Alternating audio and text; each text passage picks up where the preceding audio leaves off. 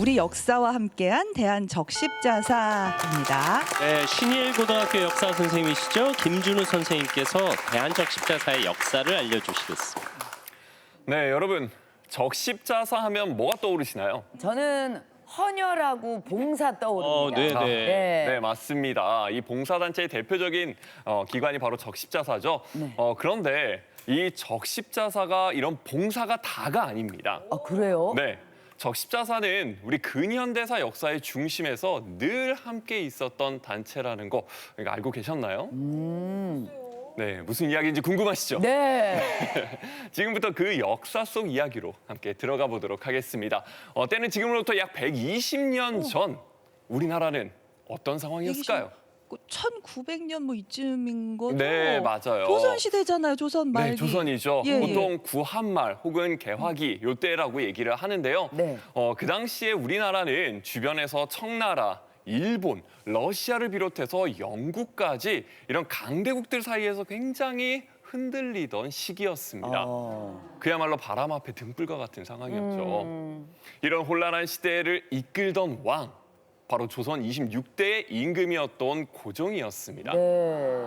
이 고종은 무너져가는 나라를 위해서 더 강력한 나라로 다시 태어나야 되겠다라고 해서 1897년 이제는 왕이 아닌 황제가 다스리는 나라다라고 하면서 대한제국을 선포하게 됩니다. 예. 자, 이거는 조금 더 자주적이고 독립된 국가를 알리고 싶었다라는 의미가 되는 것이죠. 네. 네. 자, 그리고 그 시점에 고종의 눈에 딱 띄는 게 있었으니 네. 바로 제네바 협약이었습니다. 제네바 협약은 우리가 역사 시간에 공부를 한 것 같은데 왜 기억이 안 나지? 들어는 본 것 같은데요. 네, 이 제네바 협약에 대해서 쉽게 좀 설명을 드리자면요. 네. 전쟁 중에 아군과 적군이 있잖아요. 네. 구분하지 않고 이제 부상자라든가 포로, 그다음에 민간인을 치료하고 보호해 주자라는 인도주의적 규칙을 정한 게 바로 제네바 협약입니다. 네. 근데 고종은 왜 갑자기 이 제네바 협약에 주목을 했을까요? 글쎄요. 글쎄 왜 그랬을까요? 네. 보통 이런 국제 협약에 가입하는 것은 너희는 독립된 하나의 국가구나라는 걸 인정받는 의미가 됩니다. 네. 당시 우리나라가 러시아라든가 그다음에 영국, 청나라, 일본 등에게 막 휩싸여가지고 흔들리던 시기였잖아요. 네. 네, 그래서 국제 조약에 가입돼서 독립국임을 알리고 또한 스위스처럼 약간 중립국이 돼가지고 이 위기를 좀 타개해보자라는 생각에 제네바 협약에 관심을 가지고 가입을 하게 된 것입니다. 네. 일종의 외교 전략인 네, 셈이네요. 맞습니다.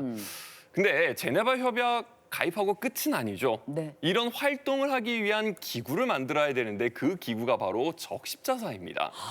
네.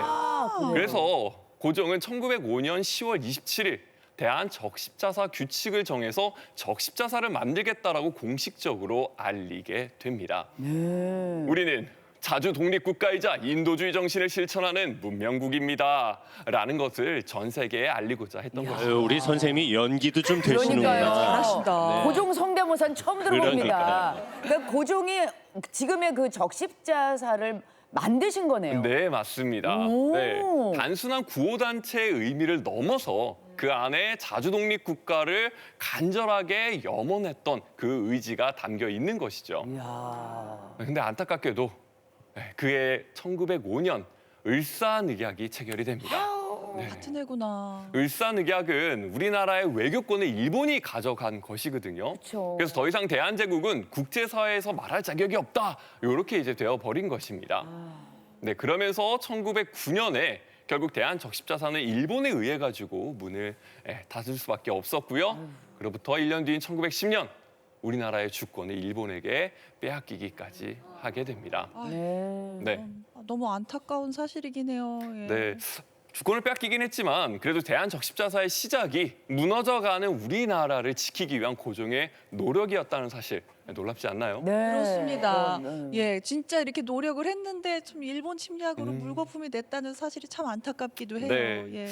자, 그러면서 1910년부터 이제 우리나라는 일제강점기로 들어가게 됩니다. 네. 일본의 강제 지배를 받는 시기인 것이죠. 이때는 나라를 되찾고자 많은 선조들이 이제 독립운동으로서 노력했던 시기가 되겠습니다. 네.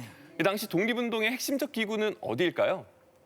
임시정부. 그렇죠. 바로 대한민국 임시정부가 되겠습니다. 애국지사들이 임시정부를 세우고 가장 먼저 한 일들 중 하나가 무엇인지 아세요? 뭐예요?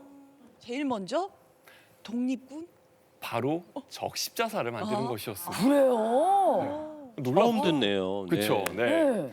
이게 바로 예전에 일본에 의해서 문 닫았던 적십자사를 임시정부에서 이제 다시 세우게 되는데요. 그 이유가 뭘까요? 진짜 왜 적십자사? 왜 그랬을까요? 도저히 모르겠어요. 우리는 모르겠어요, 진짜로. 거기엔 크게 두 가지 이유가 있습니다. 네. 첫 번째 이유는 우리가 독립운동을 하다 보면 전쟁을 하잖아요, 독립군들이. 네네. 그러면 이제 부상자가 나오게 되면 그 부상자들을 치료해줄 단체가 필요한 것입니다. 그렇군요. 네, 그래서 독립군 치료가 첫 번째 목적이었고요. 그다음에 두 번째는 우리나라, 지금 일제강점기이긴 하지만 우리나라가 독립국이라는 것을 전 세계에 알리고 싶었던 이유가 있습니다. 아, 그렇구나. 이게 전 세계에 적십자사가 있으니까 네. 우리나라에도 있는 독립국가이다. 맞아요. 그래서 우리는 독립국이에요라고 얘기해봤자 이건 말로만 하면 믿어주진 않죠. 자, 그런데 당시 국제 적십자 연맹이라고 하는 큰 국제 단체가 있습니다. 네. 여기 가입 조건이 뭐냐면 독립국의 적십자만 가입이 가능하다라는 거예요. 그래서 임시정부는 적십자사를 다시 세워가지고 국제 적십자 연맹에 가입함으로써 우리는 독립국이고 그렇기 때문에 여기에 가입할 수 있어라는 이제 노력을 하게 되는 것입니다. 그렇군요. 네. 그래서 임시정부 설립 4개월 뒤인 1919년 8월 29일 네, 임시정부 내무총장이었던 안창호의 명의로 상하이의 대한적십자회가 이제 문을 열게 됩니다. 이후 대한적십자회는 상해 본부를 두고요. 그다음에 국내 지회와 그다음에 미국, 시베리아 등 해외 본부까지도 이제 설치하게 되는데요. 네, 그곳에서 적십자 회비를 이제 받기 시작을 합니다. 네. 자, 이렇게 보인 적십자 회비는 어디에 쓰였을까요? 아무래도 적십자회비 이제 어려운 분들, 뭐 힘든 일을 당하신 분들 그런 분들한테 쓰이지 않았을까요? 네, 보통 이렇게 많이 생각을 하시는데요. 네. 이렇게 모인 회비가 어디에 쓰였는지 기록을 보면 1920년 1월 31일 적십자 간호원 양송소를 설립하게 됩니다. 간호사들이 필요하다고 생각하셨습니다. 맞습니다. 네. 그 당시 독립군 부상자들을 치료하기 위한 인력을 키우기 위한 기구였는데요. 그다음에 또 이런 적십자 회비는 독립운동가, 그다음에 그 가족들의 생계, 그다음에 이제 독립을 위해 힘쓰는 이제 많은 이제 동포들을 위해서 독립운동 자금으로 사용되게 됩니다. 네, 결국 적십자 활동 자체가 독립운동이었다라는 것이죠. 아니 그러면 적십자 회비가 독립자금으로 쓰였다면 일본이 알면 또 가만히 안 있잖아요. 맞습니다. 네? 근데 결국 일본이 이 사실을 알게 됩니다. 오. 네, 그래서 이 적십자 활동이 독립운동이구나라고 해가지고 이 적십자 회비를 걷는 거, 그다음에 적십자 단체에 가입을 권유하는 이런 사람들한테 전부 다 체포해가지고요 재판에 회부시켜서 이제 처벌을 하는 일이 굉장히 많아지게 됩니다. 진짜 어떻게 생각해 보면 적십자 활동이 당시에 우리 독립운동이었고 그 발판이었구나 생각이 드네요. 네, 맞습니다. 자, 이러한 분들의 노력으로 인해 가지고 끝날 것 같지 않았던 일제강점기가 결국 1945년 8월 15일 날 이제 끝나고 우리는 광복을 맞이하게 됩니다. 네.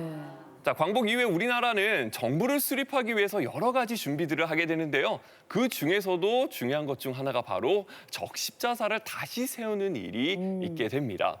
그래서 1947년에 대한민국 임시정부의 부주석이었던 김규식이 조선 적십자사의 초대 총재로 추대되면서 적십자사가 이제 새롭게 이제 구성이 됩니다. 그러다가 이제 1949년에 조선 적십자사를 대한 적십자사로 이제 새로 개편하게 되면서 오늘날까지 이게 이어지게 되는데요. 그렇군요. 광복 이후에 우리는 남북이 하나 된 통일 국가를 이제 정부를 수립하기 위해서 많은 노력을 했지만 결국 1948년 38도선을 기준으로 남과 북이 나뉘게 되죠. 맞아요. 네, 분단 국가가 됩니다. 그리고 이러한 갈등이 계속 이어지면서 결국 1950년 6월 25일 가슴 아픈 비극이 있죠. 6.25 전쟁이 발발하게 됩니다. 네. 제가 앞서 말씀드렸던 제네바 협약 기억하시나요? 네네. 네, 이 전쟁 중에는 아군과 적군을 가리지 않고 치료하고 보호하자라는 약속이었죠. 6.25 전쟁이 발생됐습니다. 자, 그럼 당연히 적십자사가 활동을 해야겠죠. 그렇죠. 네, 예. 6.25 전쟁 속에서 구호 활동뿐만 아니라 전쟁 포로에 대한 대우에 있어서 적십자사가 큰 역할을 감당하게 됩니다. 네. 그래서 국제 적십자 연맹을 중심으로 해가지고요, 각 나라의 적십자사들이 이제 6.25 전쟁 기간에 우리나라뿐만 아니라 북한까지도 네, 의약품과 구호 물자를 보내게 됩니다. 그랬군요. 네, 특별히 우리나라에는 스웨덴, 덴마크, 노르웨이, 이탈리아, 인도 같은 나라에서는 적십자 의료단이 직접 한국에 와서 네, 전쟁 중에 다친 부상자나 피난민들을 또 치료하게 되고요. 아유 감사합니다. 네, 너무 네. 감사하죠. 또 16개가 넘는 나라들의 적십자사와 그다음에 이슬람 국가의 적십자사를 적신월사라고 부르거든요. 네. 그쪽에서도 의료품과 구호물자를 보내주는 등 세계 여러 나라에서 우리나라를 도와주게 됩니다. 진짜 고맙습니다. 예, 네. 너 정말 많은 도움의 네. 손길을 당시에 받았었네요. 받았죠. 예. 이렇게 6.25 전쟁에서 다른 나라에 많은 도움을 받았는데요. 이제는 도움을 받는 나라에서 도움을 주는 나라가 되었습니다. 예. 네. 이 이야기는 뒤에서 김철수 회장님께서 자세히 설명해 주실 예정입니다. 네. 자, 이렇게 전쟁은 쭉 가다가 1953년에 정전협정이 체결되게 되고요. 그러면서 전쟁은 중단되게 됩니다. 그리고 2년 뒤인 1955년, 네, 국제적십자연맹회의의 결과 만장일치로 우리나라가 이제 정식 회원국으로 승인을 받게 됩니다. 야. 여기서 박수 한번 쳐야겠네요. 쳐야죠. 네. 예. 이게 그러면 고종 황제가 적십자사를 만든 지 50년 만이네요. 네, 진짜 네. 그러네요. 그러면서 이제 국제사회에서 인정받는 이제 첫걸음을 내딛게 되는 것이고요. 그런데 또 한편으로는 6.25 전쟁으로 인해서 많은 희생자와 전쟁 고아 그리고 이산 가족 등 또 큰 아픔도 남기게 되는 이런 네. 사건이었다 얘기할 수 있겠습니다. 자, 그런데 이런 아픔이 지금까지 이어져 오고 있는 것 중 하나가 바로 이산 가족이죠. 네. 이산 가족 상봉에 있어서 적십자사가 굉장히 큰 역할을 했다라는 거 알고 계시나요? 항상 그래요? 이산가족 상봉하면은 뭐 적십자사 뉴스가 같이 나오긴 많이 들어보시고 있었어요. 많이 보시죠. 네. 요 시작을 좀 얘기를 해드리자면 1971년 당시 우리나라의 대한적십자사가 북한의 조선 적십자회에 이산가족 문제를 함께 해결하자라고 이제 남북 적십자 회담을 공식적으로 제안을 하게 됩니다. 네. 자, 그러자 이제 북한 측에서는 이틀 뒤에 생각해 보더니 괜찮은 것 같다라고 해서 이제 긍정적인 답을 내려오게 되는 것이죠. 자, 그러면서 1972년부터 이제 서울과 평양에서 이제 남북 적십자 본회담이 이제 열리면서 이제 분위기는 쫙 무르익어 가게 됩니다. 그런데 얘기하다 보니까 양쪽의 입장 차이가 조금 이제 많이 갈려지게 되고요. 그러면서 1973년에 결국 이 적십자사 본회담이 중단되게 됩니다. 그래. 그러면서 남북 이산가족 상봉이 이제 기약 없이 밀리게 되는 것이죠. 자, 그러다가 이제 우리나라에서는 그러면은 남북이 아니라 우리나라 안에서 있는 흩어져 있는 가족들, 이산가족도 한번 찾아보자라고 하는 사업을 시작하게 됩니다. 네. 그것이 전 국민을 울음바다로 만들었던 바로 KBS 특별 생방송 이산가족을 찾습니다. 네. 라는 방송이 됩니다. 그 감동의 순간 한번 영상으로 보실까요? 네. 이 사랑 모르시나요? 저 여의도 광장부터 KBS 저기 막삥 눌러서 KBS 대전 방송국과 제주 방송국을 동시에 연결하겠습니다. 그래서 대전에서 웬 아저씨가 둘 다 고아원에 갖다 넣어야 되는데 저는 남자고 그래서 고아원에 넣고 내 여동생은 이발소에 양자로 보낸다고 이발소에 맡겼어요. 네. 그래서 제가 어린 삭신에 그래도 찾아야 되겠다는 그런 긍지를 가지고 몇 번 갔었는데 이사 가고 없었어요. 저 어렸을 때 있잖아 이발소 집에 맡겨놓고 갔었어요. 예, 맞아요. 날씨가 흐리고요. 예, 맞아요. 오빠, 오빠, 이제 죽어도 원한이 없어요.